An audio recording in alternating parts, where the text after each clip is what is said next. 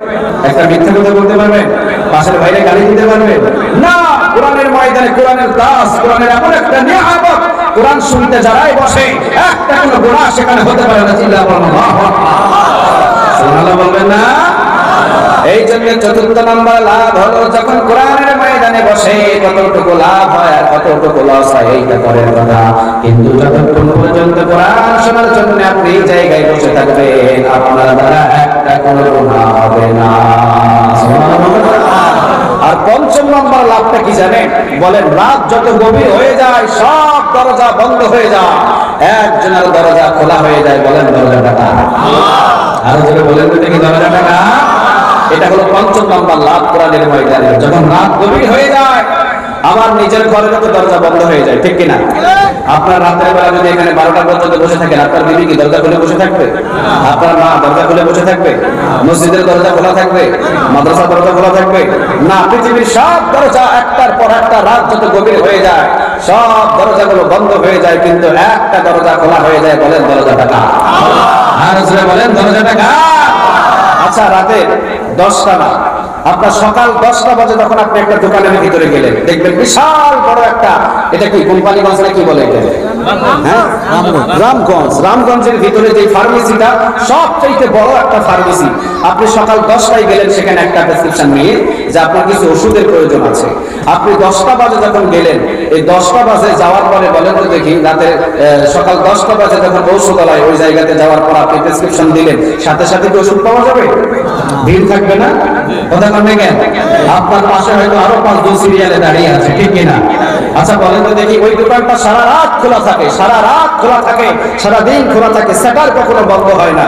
বলেন রাতে যদি 2টা বাজে আপনি ওই দোকানের পাশে যান, প্রেসক্রিপশন দিতে দিতে ওষুধ পাওয়া যাবে কি যাবে না?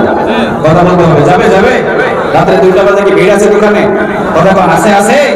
বিশ্বনবী বললেন রাত যত গভীর হয়ে যায় সব দরজা বন্ধ হয়ে যায়, একজনের দরজা খোলা হয়। বলেন দরজাটা কার?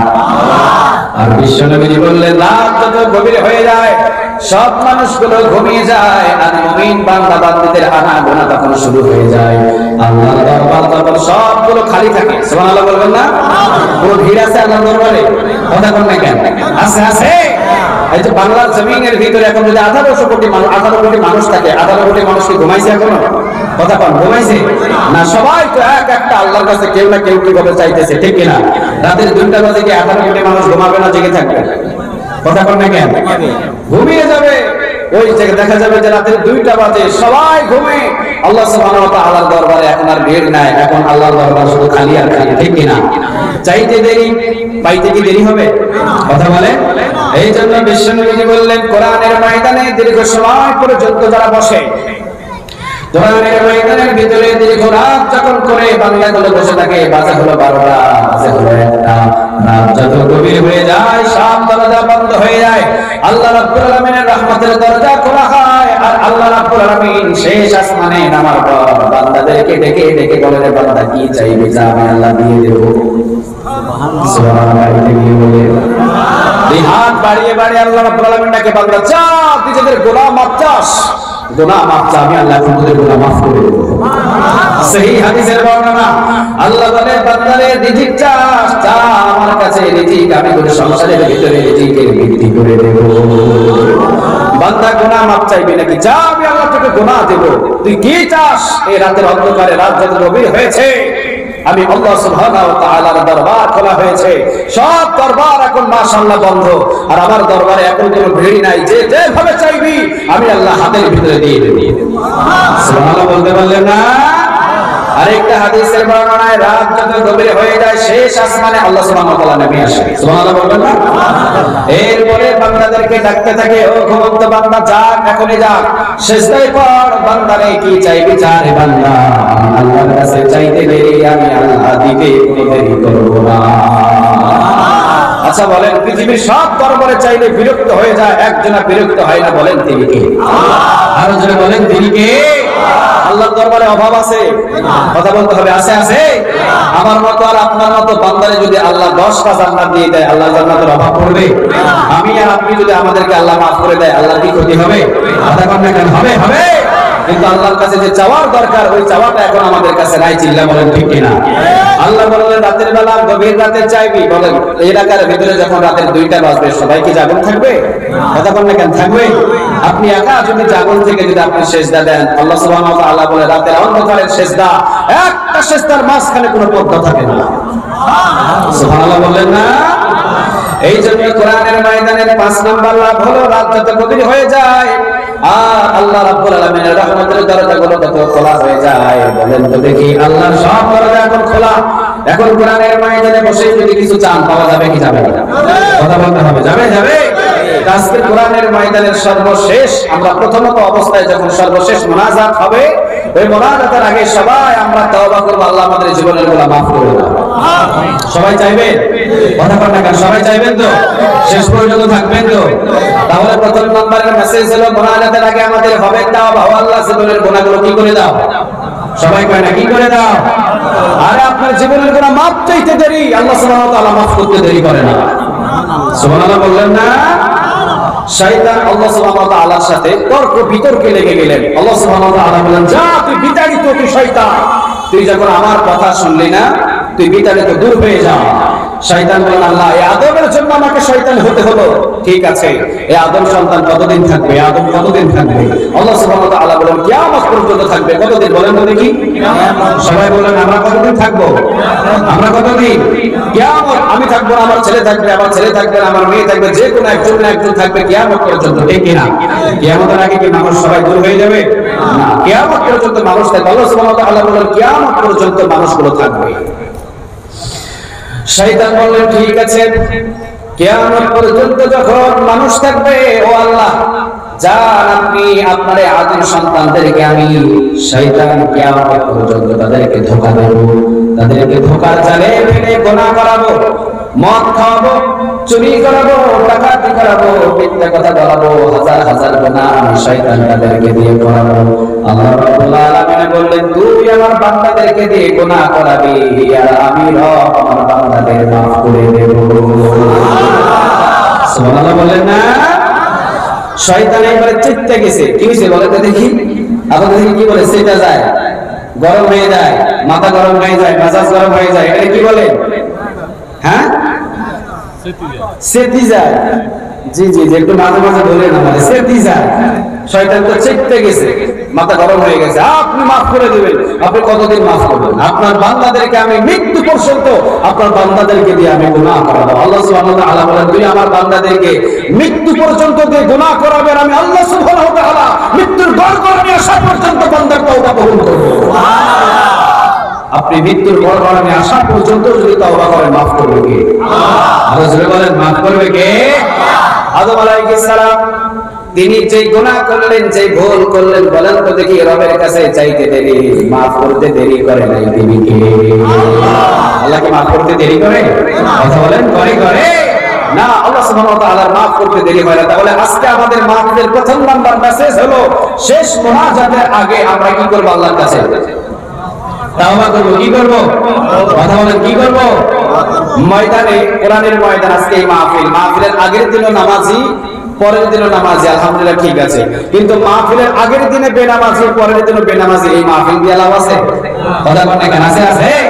তাহলে বোঝা যায় আজকে যারা বসে আছেন মাহফিলের আগের দিনে হয়তো বেনামাজি, কিন্তু মাহফিলের পরের দিন থেকে কি হবে? সবাই বলেন মাহফিলের পরের দিন থেকে কি হবে? নামাজি হয়ে যাবে। তাওবা করে। তাহলে আমাদের প্রথম স্টেপ, প্রথম নাম্বার মেসেজ, এই কোরআনের ময়দানে সর্বশেষ মুনাজাতের আগে আমরা কি করব? সবাই বলেন কি করব? ও আল্লাহ আমি চুরি করতাম, আজ থেকে চুরি ছেড়ে দিলাম। ও আল্লাহ আমি ডাকাতি করতাম, আজ থেকে ডাকাতি ছেড়ে দিলাম। ও রব আমি বেনামাজি ছিলাম, আজ থেকে আমি নামাজি হয়ে গেলাম। ও রব আমি আমার বিবিকে অশ্লীল ভাষায় গালি দিতাম, আজ থেকে গালি ছেড়ে দিলাম। ও আল্লাহ আমি অনেক মিথ্যা কথা বলতাম, আজ থেকে মিথ্যা কথা ছেড়ে দিলাম। ও রব আমি জিনা করতাম, আজ থেকে জিনা ছেড়ে দিলাম। ও রব আমি আমার মারে খাবার দিতাম না, আজ থেকে খাওয়ানোর শপথ নিলাম। এভাবে তাওবা করা যাবে? কথা বলতে হবে, যাবে যাবে। আজ থেকে যদি তাওবা করে এখান থেকে যদি বাহির হতে পারে না, রাতের বেলা যদি মৃত্যু হয়ে যায় সোজা আল্লাহর জান্নাতে চলে যেতে পারবে। সুবহানাল্লাহ বলবেন না? কারণ এইটা কি এখন কোরআনের ময়দান, এটা জান্নাতের বাগান। এই জায়গার ভিতরে তাওবা করলে কবুল করবে কে? আর জন্য বলতে হবে কবুল করবে কে? এই জন্য আজকে প্রথম নাম্বার মেসেজ হলো আমরা কি করব বলেন? আমরা মুনাজাতের আগে কি করব? তাওবা করব। তাহলে আজকের এই মাহফিলের প্রথম নাম্বার মেসেজটা হলো তাওবা। হযরত ওমর রাদিয়াল্লাহু তাআলা আনহু তিনি তো খলিফা ছিলেন, কি ছিলেন বলেন তো দেখি? হযরত ওমর রাদিয়াল্লাহু তাআলা আনহু কি যেমন তেমন খলিফা? কথা বলেন না কেন? নরম না গরম? কথা বলতে হবে, নরম না গরম? বিশ্বনবী বলতেন আমার দুইজন সাহাবী, একজন হলেন নরম, আরহামু উম্মতি বি উম্মতি আবু বকর ওয়া সিদ্দাহু ফি আমরিল্লাহি ওমর। বিশ্বনবী বলতেন আমার একজন সাহাবী হলো হযরত ওমর, ইনি হলেন অনেক গরম, আরেকজন আছেন নরম, নাম কি বলেন? আবু বকর। আর গরম কে? হযরত ওমর রাদিয়াল্লাহু তাআলা আনহু। বিশ্বনবী বলতেন নরম আর গরম দুইটা দিয়ে ইসলামটাকে প্রতিষ্ঠিত হয়েছে। সুবহানাল্লাহ বলবেন না? নরম আর গরম, নরম আর গরম দিয়ে ইসলাম হলো প্রতিষ্ঠিত। কিন্তু আমরা এখন বাংলার মুসলিম গুলো একবারে নরম হয়ে গেছে, গরম আর কেউ নাই, ঠিক কিনা? কথা কন না কেন? আমরা সবাই কি নরম? সবাই কি মাঝে মাঝে গরম হওয়ার দরকার আছে না নাই? গরম না হলে কি হবে? কথা বলেন, হবে? হবে। গরম যদি না হন তসলিমা নাসরিন বাংলাদেশে থাকার মতো সুযোগ পেয়ে যাবে, চিল্লা বলো ঠিক কিনা? আর যখন গরম হবে তসলিমা নাসরিন রাতের অন্ধকারে পালিয়েছে, নতুন কোন তসলিমা নাসরিনের মতো নাস্তিক যদি বাংলার জমিনে জন্ম নেয়, বাংলার মুসলিম যদি গরম থাকে, এই মুসলিম দেশের ভিতরে কখনো তসলিমা নাসরিনের মতো নাস্তিক জায়গা পাবে না, স্থান পাবে না, চিল্লা বলো ঠিক কিনা? আর যদি নরম হয়ে থাকে, কথা বলেন না কেন? নরম হয়ে থাকলে মারি খাওয়ার সম্ভাবনা আছে না নাই? নাস্তিকদের পিটুনি খাওয়ার সম্ভাবনা আছে না নাই? মুসলিম তো সেই জাতি। হযরত ওমর রাদিয়াল্লাহু তাআলা আনহু বিশ্বনবী নিজে বলতেন আমার এই যে সাহাবী একজন হযরত ওমর, এই ওমর যে রাস্তা দিয়ে একদিন হেঁটে যায় 40 দিন শয়তান ভয়ে রাস্তা দিয়ে যায় না। সুবহানাল্লাহ বলবেন না? বিশ্বনবী বলতেন এই যে আমার ওমর, আমার একজন গরম সাহাবী এই ওমর, যেই রাস্তা দিয়ে একবার হেঁটে যায় 40 দিন পর্যন্ত ভয়ে শয়তান ওই রাস্তা দিয়ে যায় না। শয়তান ভালো করে জানতেন সবার হাতে যদি পড়ি ছাড়া পেয়ে যাব, কিন্তু যদি হযরত ওমর রাদিয়াল্লাহু তাআলা আনহুর হাতে যদি পড়ি আর বাঁচার উপায় আছে? কথা বলেন না কেন? আছে, আছে। আর বাঁচার কোনো উপায় নাই। এই জন্য ওমর, আবু বকর হলেন নরম আর গরম কে? সবাই কয় না গরম কে? হযরত ওমর রাদিয়াল্লাহু তাআলা আনহু খেজুর বাগান দিয়ে তিনি একা হাঁটছেন। তিনি একা হাঁটতে একজন যুবকের সাথে দেখা। কার সাথে দেখা বলেন তো দেখি? যুবকের সাথে দেখা। যুবকের হাতের ভিতরে মাশাআল্লাহ এইরকম একটা গ্লাস, এটা তো বোতল, এইরকম একটা গ্লাস ছিল পিতলের। কিসের? পিতলের গ্লাস ছিল। তখন তো আরবের যুগে পিতলের অনেক সম্মান ছিল, মর্যাদা ছিল। পিতলের গ্লাসের ভিতরে যুবকটা কি যেন একটা খাইতেছে। হযরত ওমর রাদিয়াল্লাহু তাআলা আনহু পিছন থেকে গিয়ে ঠপ করে তার হাত থেকে এটা নিয়ে নিয়েছে। বলেন নিয়েছে কে? ওমর। কি ওমর না খলিফা? শুধু কি খলিফা না প্রধানমন্ত্রী? শুধু কি প্রধানমন্ত্রী না, অর্ধ পৃথিবীর খলিফা। সুবহানাল্লাহ বলবেন না? প্রায় 12.5 লক্ষ বর্গ মাইলের প্রেসিডেন্ট হযরত ওমর। সুবহানাল্লাহ।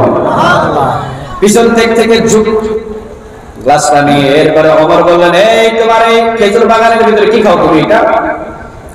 যুবক তো তাকায় দেখে কলিজার পানি শুকিয়ে গেছে, কিরে ওমরের হাতে পড়ছি আজকে ধরা, দেখি মিথ্যা কথা বলে বাঁচা যায় কিনা। যুবকটা বলছে ওমর আমি কিছু খাই নাই, এই গ্লাসের ভিতরে খাইতেছি মদ। কি খাইতেছি বলে? সবাই তো পারে না, কি খাইতেছি? মদ। ওমর বলে আরে মদ খাইলে তো ঘরের ভিতরে বসে বসে খাওয়া যায়, ঠিক কিনা? আচ্ছা মধু যদি খায় তাহলে ঘরের ভিতরে বসে মধু খাওয়া যায় না? কথা বলেন না কেন? হযরত ওমর রাদিয়াল্লাহু তাআলা আনহু বলেন আচ্ছা যুবক তুমি যে মধু খাও ভালো কথা, গ্লাসের ভিতরে মধু, আসলে কিন্তু আছে কি গ্লাসের ভিতরে? মদ। আছে কি? মদ। কিন্তু যুবক মিথ্যা কথা বলে দিলেন যে দেখি ওমরের হাত থেকে বাঁচা যায় কিনা। কারণ ওমরের হাতে যদি গ্রেফতার হয়ে যায় মদ খাওয়ার জন্য 80টা বেতের বাড়ি। কয়টা? আওয়াজ দিয়ে বলেন কয়টা? আসতে না জোরে? কথা কোন আসতে না জোরে? নেশা করার জন্য 80টা বেতের বাড়ি, এই হুকুম টাকা। আর জোরে বলতে হবে হুকুম টাকা। ওই আইন যদি আমাদের বাংলাদেশে থাকতো, ইয়াবা থাকতো? কথা কোন না কেন? মদ থাকতো, বাংলা থাকতো, বাবা থাকতো, গাঁজা থাকতো। 80টা বেতের বাড়ি একদিন দিলে সারা বছরেও একবারও মনে ভুলেও কোনোদিন গাঁজা মুখে নিত না, চিল্লা বড় ঠিক কিনা? যুবকটা বললো দেখি ওমরের হাত থেকে বাঁচা যায় কিনা। ওমর কিন্তু পিতলের গ্লাসের ভিতরে মদ নিয়ে ব্যস্ত। হযরত ওমর রাদিয়াল্লাহু তাআলা আনহু পিছন থেকে গিয়ে এই মদের গ্লাসটা টান দিয়ে নিয়ে বলছে, এই যুবক তুমি কি খাইতেছো? তুমি? যুবক বলেন, আমি খাইতেছি মধু, আমি মদ খাই না। আপনি সন্দেহ করছেন যে আমি মদ খাইতেছি? না, আমি খাইতেছি মধু। ওমর রাদিয়াল্লাহু তাআলা আনহু বলেন, আচ্ছা মধু খাইলে তো ঘরের ভিতরে বসে বসে খাওয়া যায়, এই উত্তপ্ত বালুর উপরে এইভাবে মরুভূমির ভিতরে খেজুর বাগানে খাওয়ার দরকার কি? আচ্ছা, ওমর রাদিয়াল্লাহু তাআলা আনহুর জ্ঞান বেশি না কম? কথা বলেন কেন, বেশি না কম? 12.5 লক্ষ বর্গ মাইলের প্রেসিডেন্ট যিনি, তার জ্ঞান কি কম হয়? কথা বলেন কেন? হয়। ওমর বললেন, ঘরের ভিতরে পারলেও তো তুমি খাইতে পারতে মধু, খেজুর বাগানে কেন? তবে আমি ওমর রাদিয়াল্লাহু তাআলা আনহু তোমার এই গ্লাসের মধুটা টেস্ট করে দেখতে চাই। যদি মধু হয় অবশ্যই তুমি মাপ পেয়ে যাবে, কোনো অসুবিধা নেই, তুমি খাও। আর যদি এই গ্লাসের ভিতরে মধুর বদলে যদি মদ হয়ে যায়, 80টা বেতের বাড়ি। এরপরেও মিথ্যা কথা বলার জন্য ওমরের পক্ষ থেকে শাস্তি পেতে হলে চিল্লাহ আল্লাহু আকবার।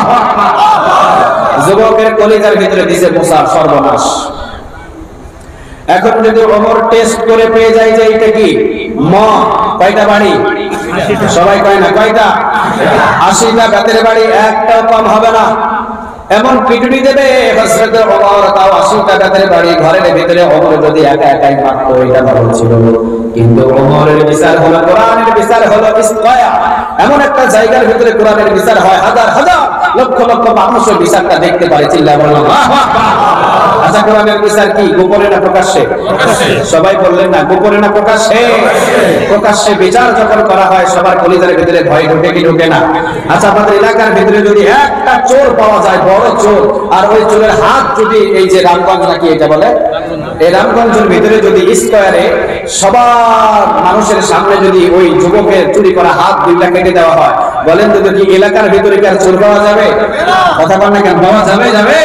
কোরআন এমন একটা কিতাব, সমস্ত বিচারগুলো প্রকাশ্য করতে পছন্দ করে, সুবহানাল্লাহ বলেন। আর গোপনে যদি হাত কেটে দেয়, কেউ তো দেখলো না, তার অন্তরে কি ভয় জাগবে? কথা বলেন, জাগবে? যুবকের চিন্তা হলো, ওমরের হাতে যদি আজকে ধরা পড়ে যায়, ওমর তো এখন এই ক্লাসের ভিতরে মদ না মধু টেস্ট করবে। যদি ধরা পড়ে যায় 80টা বেতের বাড়ি, তবে যদি ওমর এই বেতের বাড়িটা আমাকে গোপনে গোপনে মারতো, কোনো অসুবিধা ছিল না। কিন্তু ওমর তো মারবে স্কয়ারের সামনে, হাজার হাজার লক্ষ লক্ষ মানুষের সামনে আমার বিচার করবে, আমার মান ইজ্জত তো যাবেই যাবে। আরো আছে 80টা বেতের বাড়ি, কয়টা?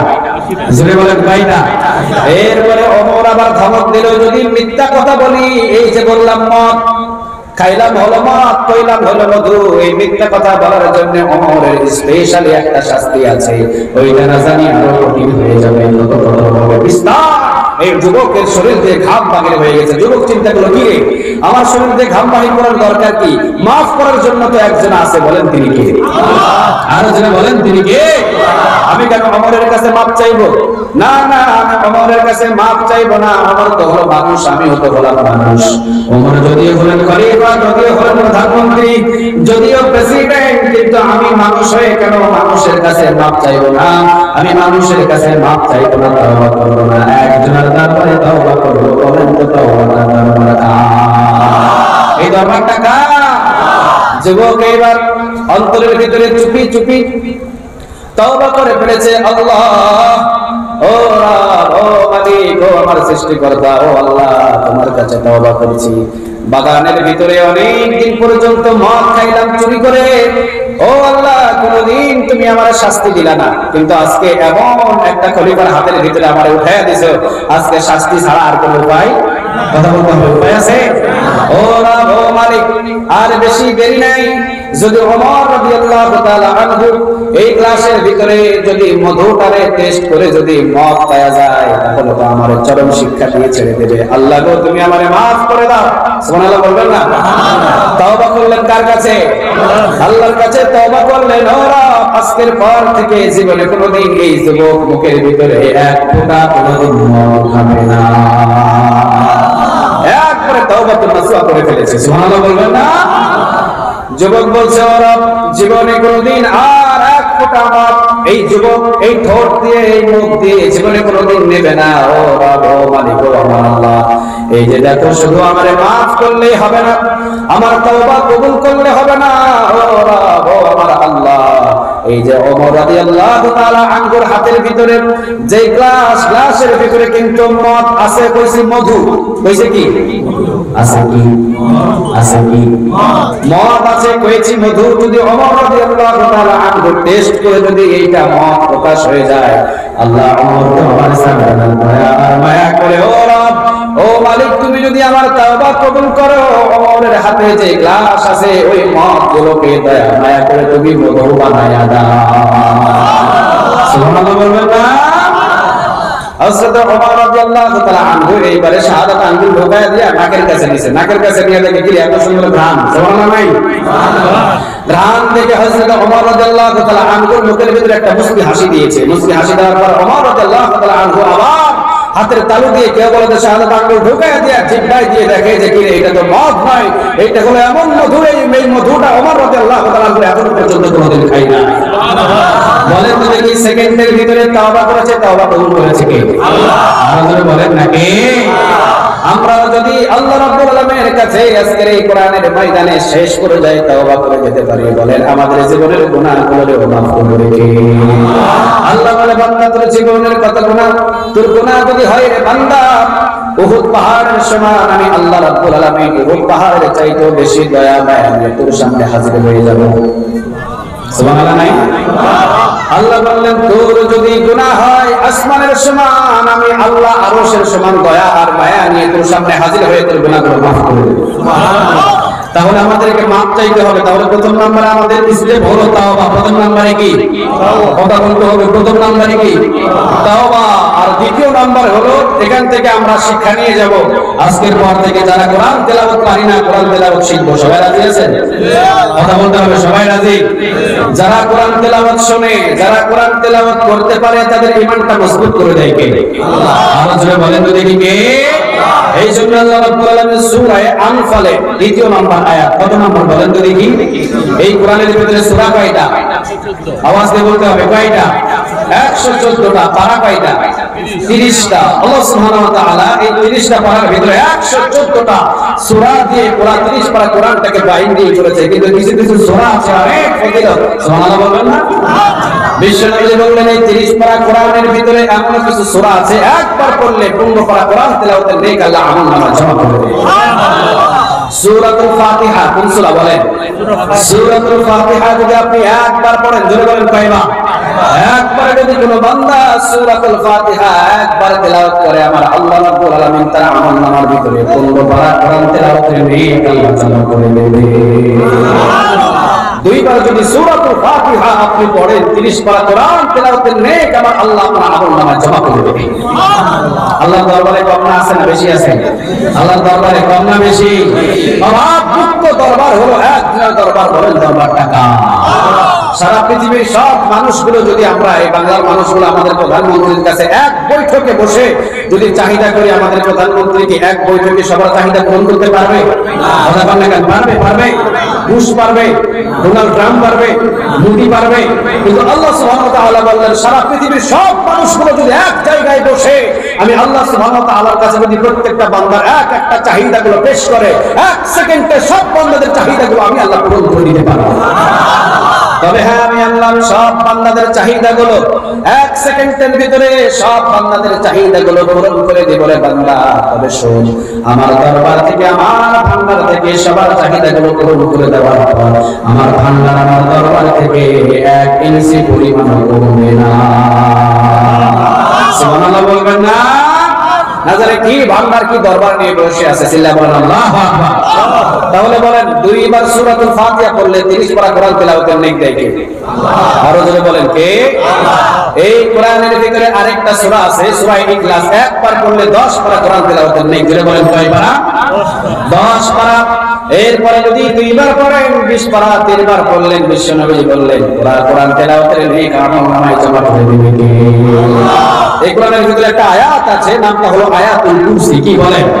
আয়াতুল কুরসি। যদি সূরা বাকারা 255 নম্বর যে আয়াতটা, আয়াতুল কুরসি, এই আয়াতটা যদি আপনারা একবার তেলাওয়াত করেন, 15 পারা কোরআন তেলাওয়াতের নেক আল্লাহ আমলনামায় জমা করে দেবে। এরপরে কোরআনের ভিতরে আরেকটা সূরা আছে, সূরা ইয়াসিন। বলেন কি? সূরা ইয়াসিন এই সূরাটা যদি একবার পড়ে, যদিও দুর্বল হাদিসটি, তারপর আমাদের ভিতরে শিক্ষণীয় বিষয় আছে। 5 বার পুরো কোরআন তেলাওয়াতের নেক আল্লাহ আমলনামা জমা করে দেবে। চিল্লা বলেন আল্লাহু আকবার। এখন বলেন এই কোরআনটা তেলাওয়াত করতে সবাই রাজি আছেন? কথা বলতে হবে, সবাই রাজি? আল্লাহ রাব্বুল আলামিন বললেন যে এই কোরআনটা যদি বান্দাগুলো তেলাওয়াত করে তাদের ঈমানটা আমি আল্লাহ মজবুত করে দেব। সুবহানাল্লাহ বললেন না? এই জন্য আল্লাহ সূরা আনফালের 2 নম্বর আয়াতে বলছেন ইন্নামাল মুমিনুনা আল্লাযীনা ইযা যুকিরাল্লাহু ওয়াজিলাত কুলুবুহুম ওয়া ইযা তুলিয়াত আলাইহিম আয়াতুহু যাদাতুহুম ঈমানান ওয়া আলা রাব্বিহিম ইয়াতাওয়াক্কালুন। কথাটা আল্লাহ বললেন ইন্নামাল মুমিনুনা আল্লাযীনা ইযা যুকিরাল্লাহ। সুবহানাল্লাহ বলবেন না? আল্লাহ বললেন নিশ্চয়ই যারা মুমিন, এই মুমিন বান্দাগুলো আমি আল্লাহর জিকির শোনার সাথে সাথে মুমিনদেরকে রশি দিয়ে বাঁধি রাখা সম্ভব হয়। এই মুমিনরা আমার কোরআনের তেলাওয়াত শুনলে, এই মুমিনের সামনে আযান হয়ে গেলে, এই মুমিনগুলো আর দোকানে বসে থাকতে পারে না, মাঠে ঘাটে আর থাকতে পারে না, দৌড় দিয়ে আমার জিকিরের ভিতরে শামিল হয়ে যায়। ঠিক না? আচ্ছা, মুমিন কি কখনো কোরআনের ময়দান, যদি এখানে কোরআনের তাফসীর হয়, মুমিন কি দোকানে বসে থাকতে পারে? কথা বলেন কেন? পারে? পারে? ফজরের আযান হয়েছে মসজিদের ভিতরে, মুমিন কি আর ঘরের ভিতরে ঘুমায় থাকতে পারে? না। আল্লাহ সুবহানাহু ওয়া তাআলা বলেন নিশ্চয়ই যে মুমিন, এই মুমিনের সামনে যখন আমার জিকিরের আহ্বান করা হয়, ডাক দেওয়া হয়, মুমিন আর ঘরের ভিতরে থাকতে পারে না। চিল্লায়া বলেন সুবহানাল্লাহ বলবেন না? এখন আমরা কি দাবি করতে পারি আমরা মুমিন? সবাই কয় না, দাবি করতে পারি আমরা মুমিন? সবাই বলেন আমরা মুমিন। আমরা কি? সবাই বলেন আমরা কি? আল্লাহ মুমিন যদি বাদেও যদি কোনো মুনাফিক এখানে থাকে, তুমি মুমিন হিসেবে কবুল করো, আমরা বলি আমিন। আর সবাই বলে আমিন। এই জন্য আল্লাহ বলেন ইন্নামাল মুমিনুনা আল্লাযীনা ইযা যুকিরাল্লাহ, নিশ্চয়ই যারা মুমিন তাদের সামনে যখন আমার জিকির হবে, তাদের সামনে যখন আমার আয়াতগুলো তেলাওয়াত হবে, যাদাতুহুম ঈমানা। আল্লাহ রাব্বুল আলামিন শেষ পর্যায়ে বললেন যাদাতুহুম ঈমানা ওয়া আলা রাব্বিহিম ইয়াতাওয়াক্কালুন। আল্লাহ আয়াতের শেষ প্রান্তে বলছেন বান্দারে ওই জিকিরের ভিতরে বসলে আমি আল্লাহ রাব্বুল আলামিন মুমিন বান্দাদের ঈমানগুলো তাজা করতে থাকি। তাজা করতে করতে এমন পর্যায়ে তাজা করি ওয়া আলা রাব্বিহিম ইয়াতাওয়াক্কালুন, মুমিনগুলো পৃথিবীর আর কারো পরোয়া করে না, মুমিনগুলো পৃথিবীর ভিতরে কারো তাওয়াক্কাল করে না, একজনের তাওয়াক্কাল একজনের পরোয়া করে। বলেন তো তিনি কে?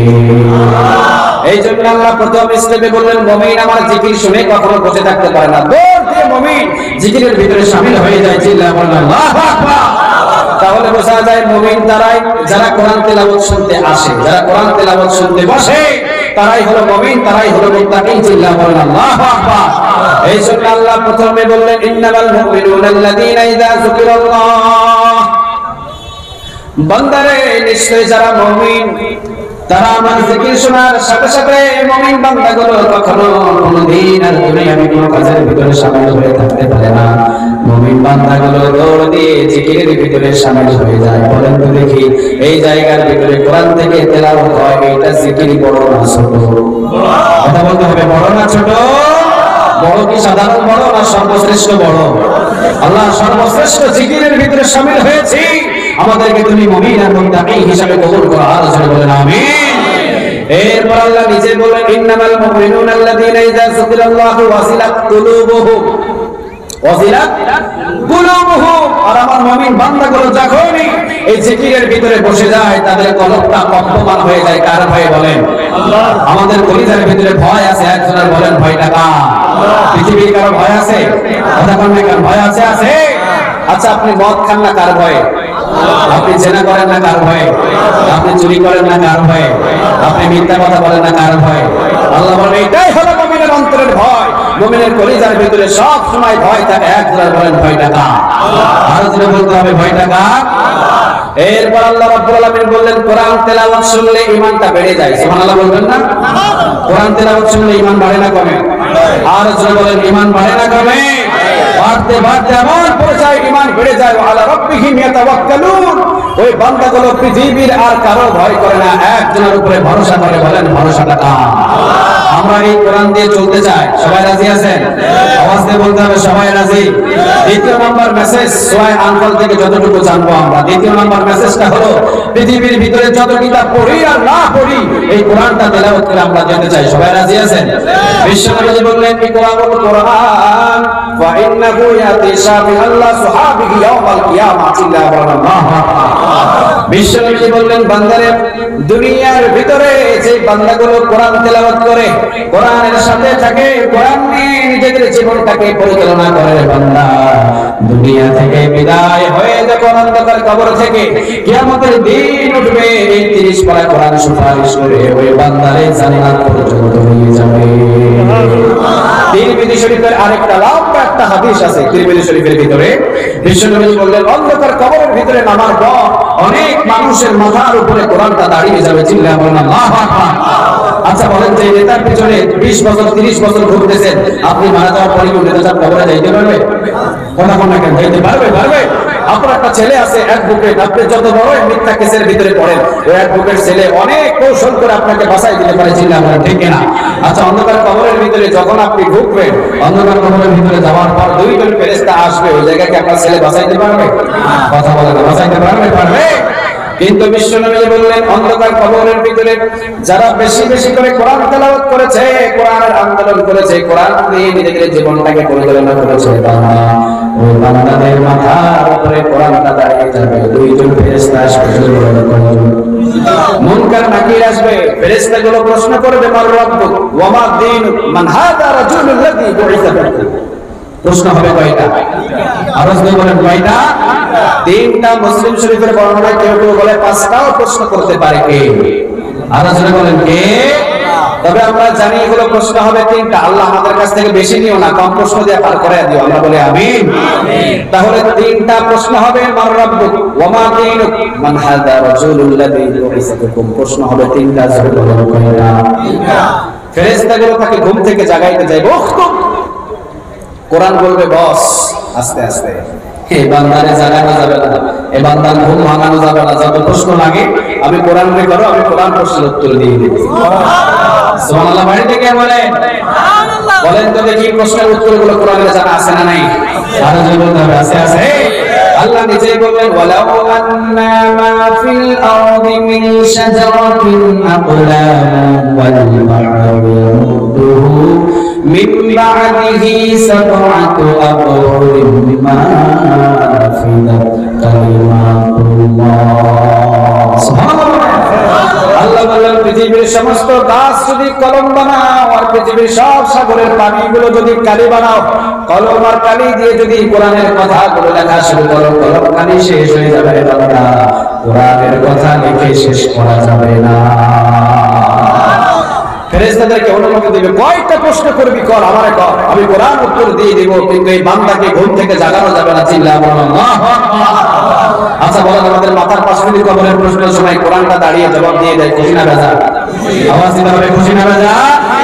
কোরআন বলবে এই বান্দারে জাগানো যাবে না, এই বান্দারে প্রশ্ন করা যাবে না। চিৎকার করে দুইজন ফেরেশতা বলবে আল্লাহর পক্ষ থেকে আমরা এসেছি। কোরআনও বলবে চিৎকার করে আমিও আল্লাহর কিতাব। বলেন কোরআনটা কার? আর জোরে বলতে হবে কোরআনটা কার? কোরআন বলবে যত প্রশ্ন হয় প্রশ্ন করো আল্লাহর পক্ষ থেকে। ফেরেশতাগুলো অর্ডার পাবে না, প্রশ্নের কোনো প্রয়োজন নাই, কারণ কোরআন দেখো প্রশ্ন করে কখনো আটকানো যায় না। বলেন তো দেখে আটকানো যায়? কথা বলেন যায়? যায়।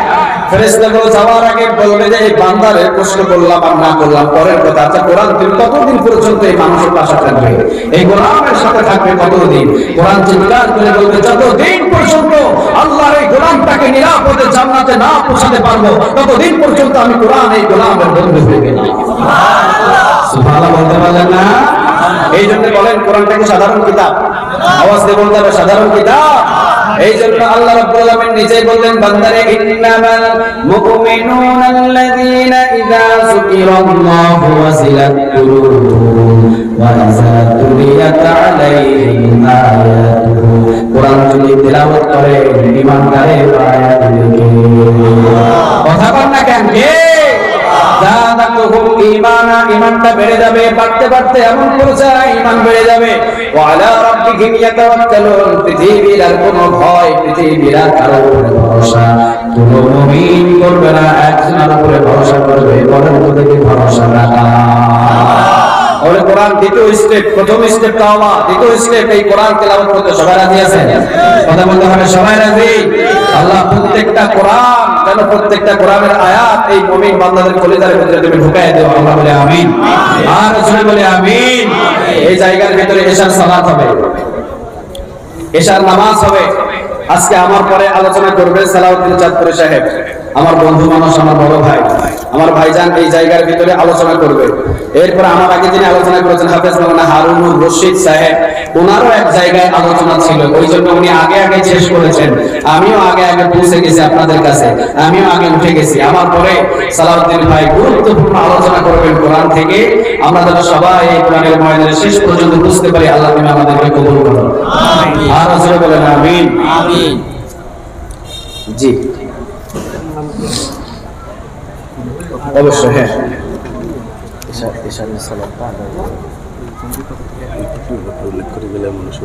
অবশ্যই। আমি যেহেতু সবার, আমি ঢাকা থেকে এসেছি, আমি অনেক আগে এসেছি এই জায়গায়। আমি মাগরিবের পরে আপনাদের সামনে উপস্থিত হয়ে গেছি। তো দেখলাম যে হারুনুর রশিদ সাহেব হুজুর আরেক জায়গায় পাশের গ্রামে প্রোগ্রাম করবে, উনিও স্টেজ ছেড়ে দেবে। সালাউদ্দিন ভাইও আসতে পারে নাই, বুঝতে পারে নাই, কাজে আমি মাঝখান থেকে উঠে গেছি। এখন আমার পরে সালাউদ্দিন চাঁদপুরি ভাই আলোচনা করবে। সালাউদ্দিন চাঁদপুরি ভাই আসতে একটু লেট হয়েছে, এই জন্য আমি উঠে গেছি স্টেজ। আপনাদের কোনো মনে কষ্ট আছে? সবাই তো কোরআন থেকে কথা বলবে, কি থেকে কথা বলবে বলেন তো দেখি?